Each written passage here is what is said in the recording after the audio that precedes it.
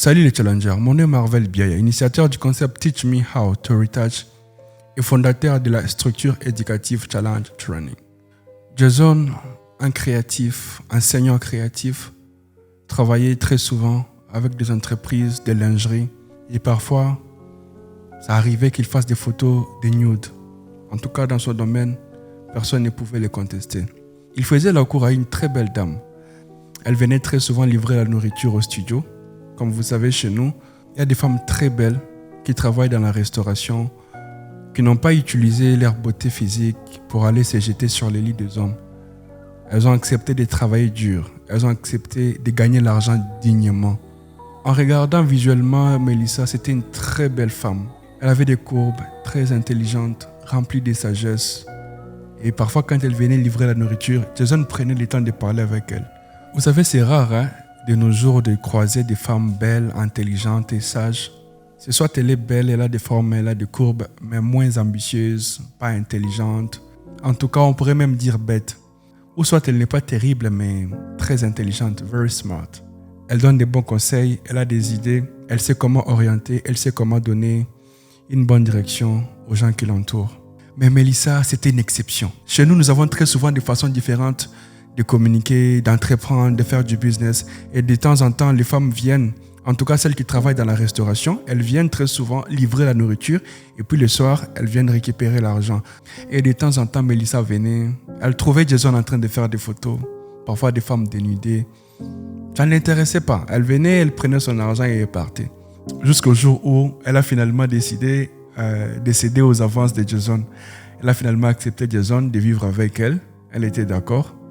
Et pour Jason, c'était une très bonne nouvelle parce que ça faisait beaucoup de jours, beaucoup de semaines qu'il essayait de séduire la dame, mais c'était un peu compliqué. C'était vraiment un véritable amour basé sur la sincérité, la confiance, les partages. Et c'était vraiment magnifique. Et jusqu'au jour où Mélissa a connu un accident de circulation, elle a perdu l'usage de ses jambes, elle n'arrivait plus à marcher.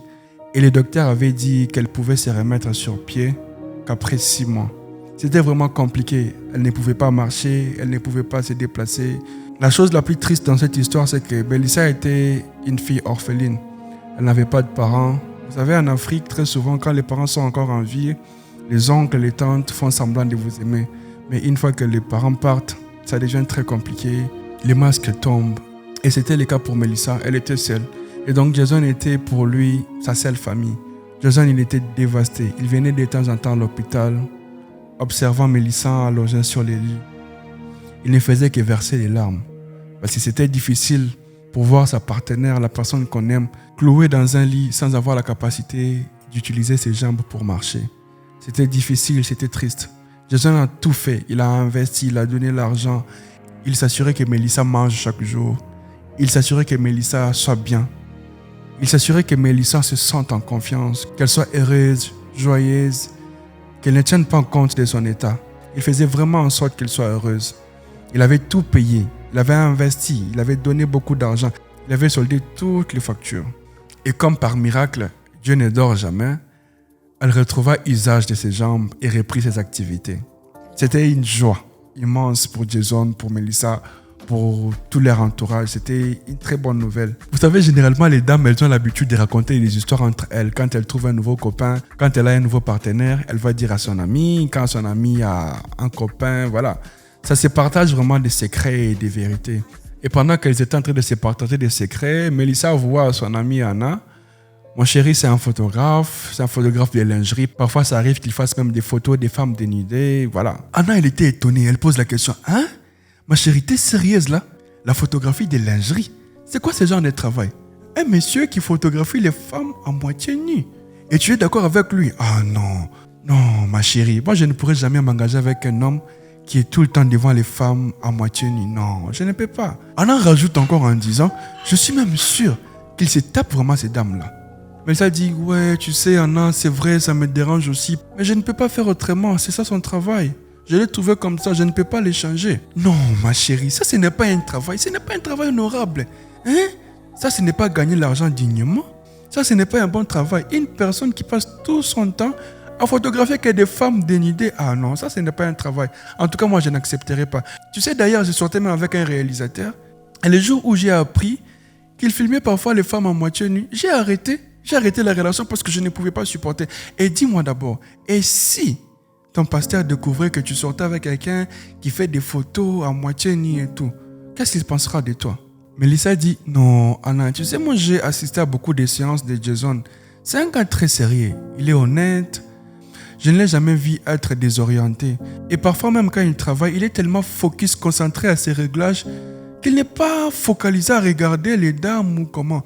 Non, en tout cas ma chérie, moi j'ai confiance en Jason. Parce que s'il ne m'aimait pas, il aurait choisi une de ses top modèles. Mais pourquoi il m'a choisi moi?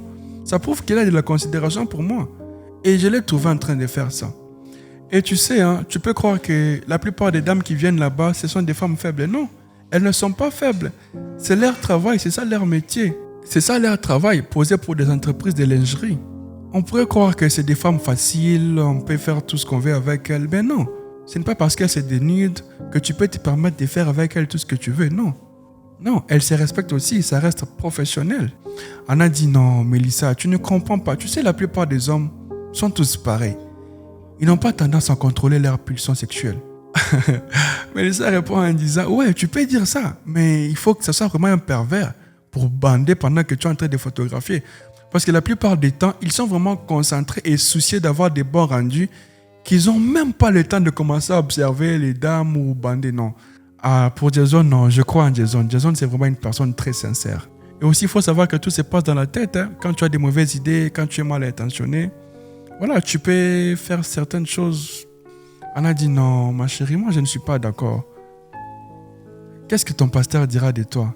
Et si les gens apprennent que tu sors avec un monsieur qui photographie les femmes dénudées, ils se diront quoi? Mélissa était perplexe, anéantie par les discours de sa copine. Elle ne comprenait plus rien. Elle a commencé à cogiter, elle a commencé à se poser beaucoup de questions. Elle a finalement résolu d'aller parler à Jason. Et ce jour-là, Mélissa était vraiment déterminée à dire tout à Jason. Jason, tu sais, je ne supporte pas ce genre de travail. Ça fait un moment que nous sommes ensemble, mais je constate que ce travail me dérange un peu parce que j'essaie un peu de voir si notre pasteur apprend que tu fais ça, ça ne sera pas bien. Et aussi mon entourage, les gens qui nous connaissent, ils vont dire quoi et tout. Je pense que ce n'est pas bien. Je peux t'apporter de l'aide, je peux te conseiller, je peux t'aider, mais je ne trouve pas que ça soit bien de continuer à faire ce travail. Trouve-toi un autre boulot, un travail digne, où tu peux avoir beaucoup d'argent, où on peut se construire une belle famille, avoir des enfants et ne pas être jugé par les gens. Jason était surpris. Oh, Mélissa, je ne comprends pas. Qu'est-ce qui se passe avec toi? Pourtant, au début, ça ne te dérangeait pas. Et pourquoi c'est seulement maintenant que ça commence à te déranger? Et je ne comprends pas aussi pourquoi tu commences à lier la religion avec mon travail. Pourquoi? Qu'est-ce que la religion a à voir dans mon travail? Je n'arrive pas à comprendre. Mais chérie, c'est pas comme si je me tapais toutes ces femmes-là, non. Le fait de t'avoir choisi ne montre pas la considération que j'ai pour toi. Tu ne vois pas toutes ces choses, tous les sacrifices que j'ai fait pour toi. Tu ne peux pas avoir des yeux pour voir tout ça, chérie. Je ne suis pas un tueur, je ne suis pas dans la vente de drogue, je ne suis pas dans des trucs illicites. Je gagne mon argent normalement et dignement. Pourquoi tu peux dire ce genre de choses? Ce n'est pas illégal de photographier des femmes à moitié dénudées avec des lingeries, non? Mélissa lui dit, non, Jason, je ne peux pas. C'est soit tu arrêtes ce travail et on continue notre relation, soit en tout cas, chacun prend sa route. Jason ne comprenait pas. Sa chérie pour qui il était en train de se préparer pour le mariage, les choses devenaient compliquées. Il n'arrivait pas à comprendre. Il s'est posé tellement de questions, mais qu'est-ce qui se passe avec cette dame? Chérie, ce n'est pas ce que tu crois. De temps en temps, tu m'assistes. Est-ce que tu as déjà vu des trucs bizarres? Mélissa était ancrée sur sa décision. Elle a dit, niet, je ne veux pas de ça. Soit tu arrêtes, soit on se sépare. Jason lui dit, je t'aime énormément. J'ai beaucoup de considération pour toi. Tu m'as apporté beaucoup de choses. On a traversé des moments durs ensemble. Mais en ce qui concerne mon travail, je ne peux pas te permettre de me demander d'arrêter. C'est ça qui fait en sorte que je puisse acheter des extensions de cheveux, que tu sois bien habillé, que tu sois bien parfumé et que parfois tu renforces ton business. Je ne peux pas faire ça. C'est vraiment triste, hein? C'est vraiment triste. Mélissa dit, d'accord Jason, je pense que notre relation prend fin aujourd'hui. Merci pour tout ce que tu as fait pour moi. Tu es une bonne personne. Et je pense qu'on ne pourra plus faire route ensemble. Jason est resté seul, dévasté. Pensant à tout ce qu'il a fait pour Mélissa, les moments de galère, les moments de difficultés, les bons moments passés ensemble, ça l'avait vraiment perturbé. Il s'est retrouvé dans une situation où il a perdu plus de 10 kilos, dans une dépression totale. Il n'arrivait plus à manger parce que c'était vraiment un amour sincère. Il aimait beaucoup Melissa. Il ne se voyait pas construire sa vie avec une autre femme. Et pour lui, c'était Jessica, la femme de sa vie. Mais la femme qu'il considérait comme étant sa couronne, comme étant sa puissance, son aide semblable, a décidé de partir et de laisser Jason seul. C'est vraiment triste parfois de voir comment est-ce que les gens perçoivent le travail des autres. Comment est-ce que les gens n'arrivent pas à comprendre ce que les autres font. Dites-moi ce que vous en pensez. Est-ce que Jason a-t-il raison de ne pas renoncer à son travail? Est-ce que Melissa aussi de son côté a-t-elle raison par rapport à sa religion et ses convictions? Dites-moi ce que vous en pensez. Et ensemble, on va tirer des bonnes conclusions. Laissez-moi un gros pouce bleu les amis. Allumez la cloche des notifications pour ne rien louper. Parce qu'il y a des très bonnes choses qui vous attendent. Des nouveaux tutoriels, des vidéos réactions, des vlogs, des formations en ligne, des histoires inspirantes, des motivations, des gyms et beaucoup de surprises qui vous attendent. N'oubliez pas que l'apprentissage ne finira jamais. Because life is a challenge. Allez. God bless.